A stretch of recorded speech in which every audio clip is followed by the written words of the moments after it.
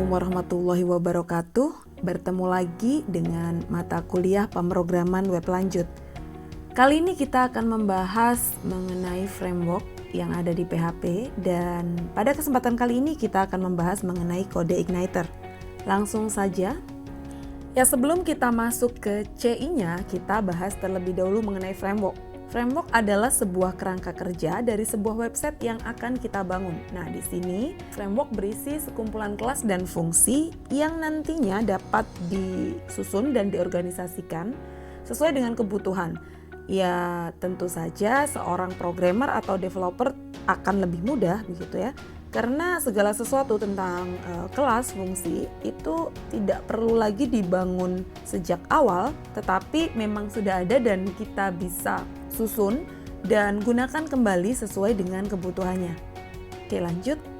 Nah, beberapa framework yang ada di PHP antara lain ada CodeIgniter, kemudian ada Laravel, ada YI, Cake PHP, dan Falcon. Tetapi yang nantinya akan kita gunakan adalah CodeIgniter. Ya, selanjutnya, kenapa CodeIgniter? Ya, CodeIgniter merupakan salah satu framework PHP yang terkenal di dunia gitu dan cukup banyak digunakan sampai dengan saat ini.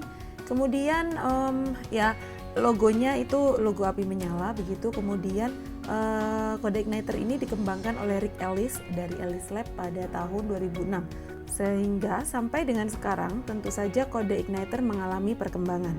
CodeIgniter dirancang sebagai sebuah framework yang ringan dan mudah digunakan, yang pada akhirnya banyak pengguna yang memilih CodeIgniter untuk membangun programnya.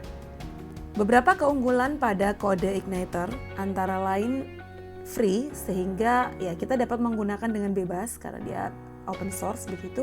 Lightweight, memerlukan library yang sedikit dan memiliki ukuran kurang dari 2 MB tanpa adanya dokumentasi. Kemudian cepat. Menurut dokumentasi, framework CI atau CodeIgniter terbukti lebih cepat dibanding dengan framework yang lain. Kemudian tentu saja MVC, model view dan controller, yang dapat memisahkan bagian logic dan presentation dari aplikasi yang kita bangun. Sehingga dalam proses development, kita dapat memisahkan dua hal tersebut yang pada akhirnya memungkinkan bekerja sama dari sisi front end atau back end-nya. Kemudian extensible, dapat ditambahkan library dan helper yang dapat kita ciptakan sendiri. Oke, selanjutnya. Nah, ini adalah konsep MVC. Di sini penggambarannya kurang lebih seperti ini. Di sini ada user begitu ya. Kemudian ini adalah database-nya. Nah, di sini ada sebuah aplikasi yang di dalamnya itu terdapat controller, kemudian ada view dan ada model. Nah, controller sendiri ini berfungsi sebagai penghubung antara view dan model, jadi perantara begitu, yang nantinya dapat mengatur ini tampilannya nanti seperti apa, kemudian halaman yang nantinya akan ditampilkan ke user itu seperti apa. Nah, di dalam controller ini juga menangani HTTP request yang diminta oleh si user, sehingga nantinya dapat dimunculkan atau ditampilkan halaman web sesuai dengan kebutuhan user. Selain itu tadi controller juga sebagai perantara begitu antara model dan view dan mungkin resource yang lain. Kemudian view sendiri adalah informasi yang nantinya akan dilihat atau diperlihatkan kepada user. Nah, di sini di dalam view itu terdiri dari HTML, CSS dan JavaScript. Tetapi ini di CodeIgniter-nya begitu. Sedangkan di model ini menggambarkan struktur data. Jadi aturan-aturan yang terkait dengan data dan bagaimana data itu diolah itu berada pada sisi model. Nah, di sini di dalam model ini berisi fungsi yang nantinya digunakan untuk mengambil, menambah atau memperbarui data yang ada di dalam database. Lebih seperti itu.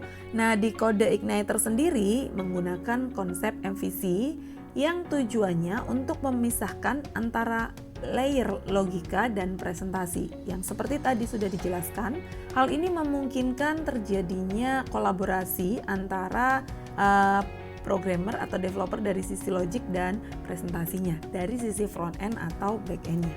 Oke, lanjut. Nah, ini penjelasannya tadi ya, model, view, dan controller.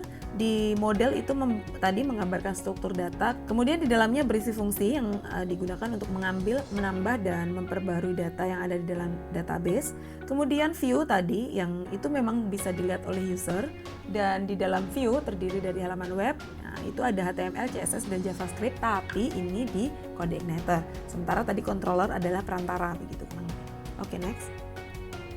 Nah, sistem kerja di Code Igniter kurang lebih seperti ini. Nah, ini ada index.php gitu ya. Ini bertindak sebagai controller terdepan. Ya, gunanya untuk menginisiasi resource yang diperlukan. Nanti maunya seperti apa yang mau ditampilkan. Kurang lebih seperti itu. Kemudian selanjutnya ketika proses berjalan ada route atau routing di sini. Dia akan memeriksa HTTP request-nya. Apa sih yang mau dilakukan, apa sih yang mau dikerjakan, apa yang mau dijalankan. Nah, gitu. Kalau ada file case-nya, ya ini maka akan ditampilkan terlebih dahulu. Begitu. Kemudian sebelum memuat controllernya, HTTP request akan memeriksa apa yang disubmit dan memfilter keamanannya. Jadi di sini nanti akan dicek terlebih dahulu sebelum pada akhirnya masuk ke dalam aplikasi controller. Nah, di controller sendiri ini memuat model ya kan. Kemudian library, helpers, plugin, dan script. Nah, di sini itu semuanya ada. Begitu. Kemudian kalau memang sudah ditemukan dan kemudian siap untuk ditampilkan, ya akhirnya dikirimkan ke view. Nah, di sini dikirimkan ke view. View ditampilkan di browser sesuai dengan proses yang dilakukan di controller. Kemudian ya lanjut. Kalau ada case-nya tadi ya sekaligus akan menampilkan case-nya dan kemudian akan ditampilkan di index.php. Ya, kurang lebih seperti itu.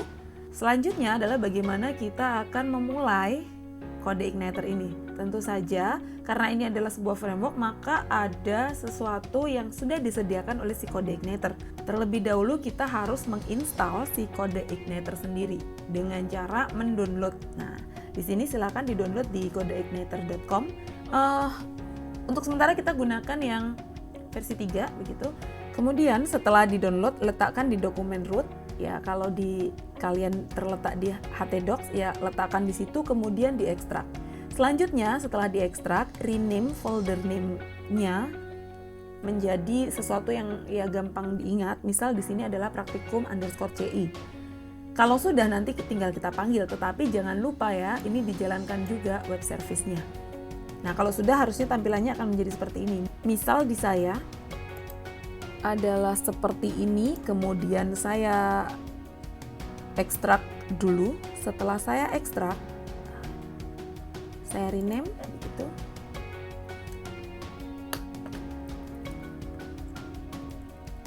Praktikum CI misalkan begitu.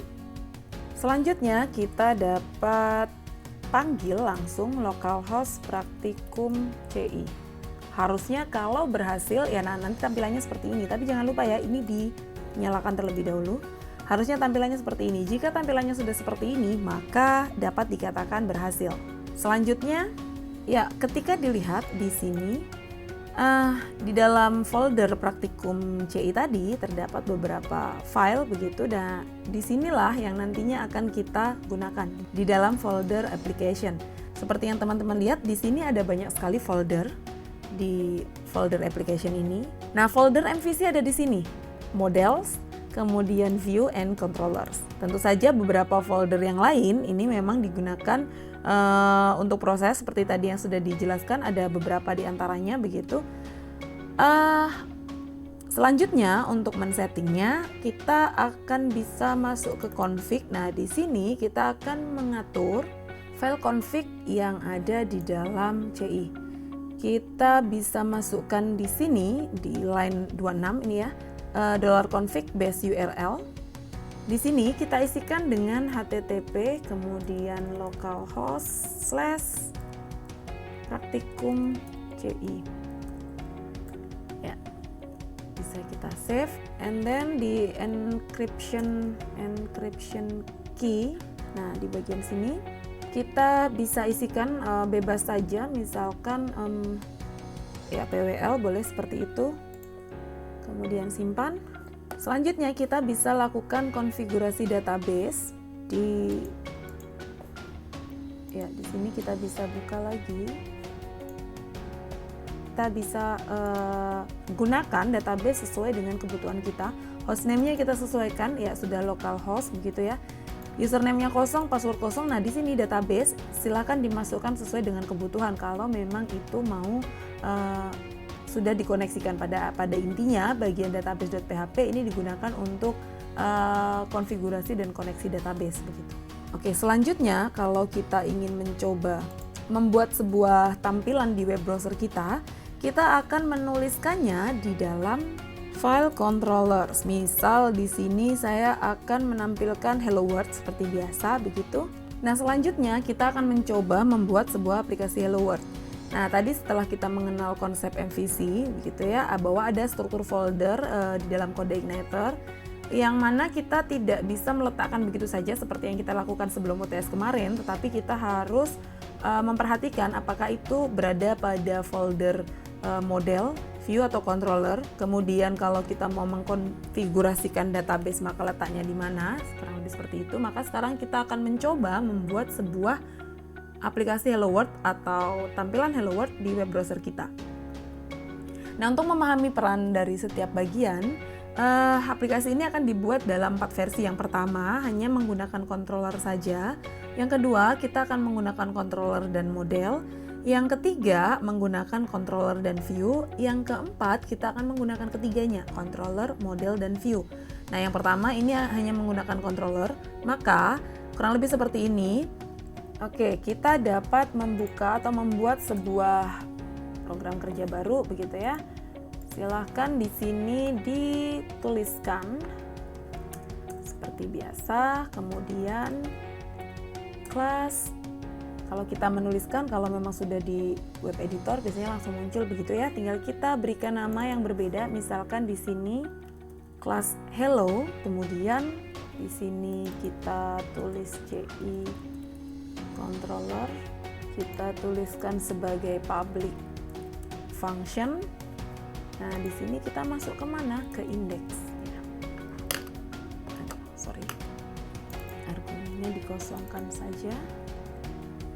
Kemudian di sini kita tulis sebuah teks, ya, hello world. Selanjutnya kita akan simpan. Simpannya di mana? Ya, tentu saja tadi di bagian controller sini, ya kan? Kita tulis hello.php misal seperti itu. Selanjutnya kalau di sini kita panggil index.php/hello, nah dia akan muncul hello world. Nah, di sini file PHP-nya tadi, kelas hello itu terletak di controllernya. Contohnya seperti itu. Oke, selanjutnya, nah ini cara memanggilnya ya, bisa dipanggil dengan cara seperti ini atau dengan cara yang kedua. Nah, hello adalah nama controllernya, sedangkan index adalah nama metode atau functionnya. Nah, tadi ketika kita menuliskan di sini, hello adalah nama controllernya, sementara index adalah nama functionnya. Nah, ini contoh yang pertama. Contoh yang kedua, kita menggunakan aplikasi yang memanfaatkan controller dan model. Nah, di sini selain cara pertama tadi yang hanya menggunakan controller, cara kedua dengan menggunakan controller dan model. Oke, penjelasan selanjutnya akan kita bahas pada part kedua. Terima kasih.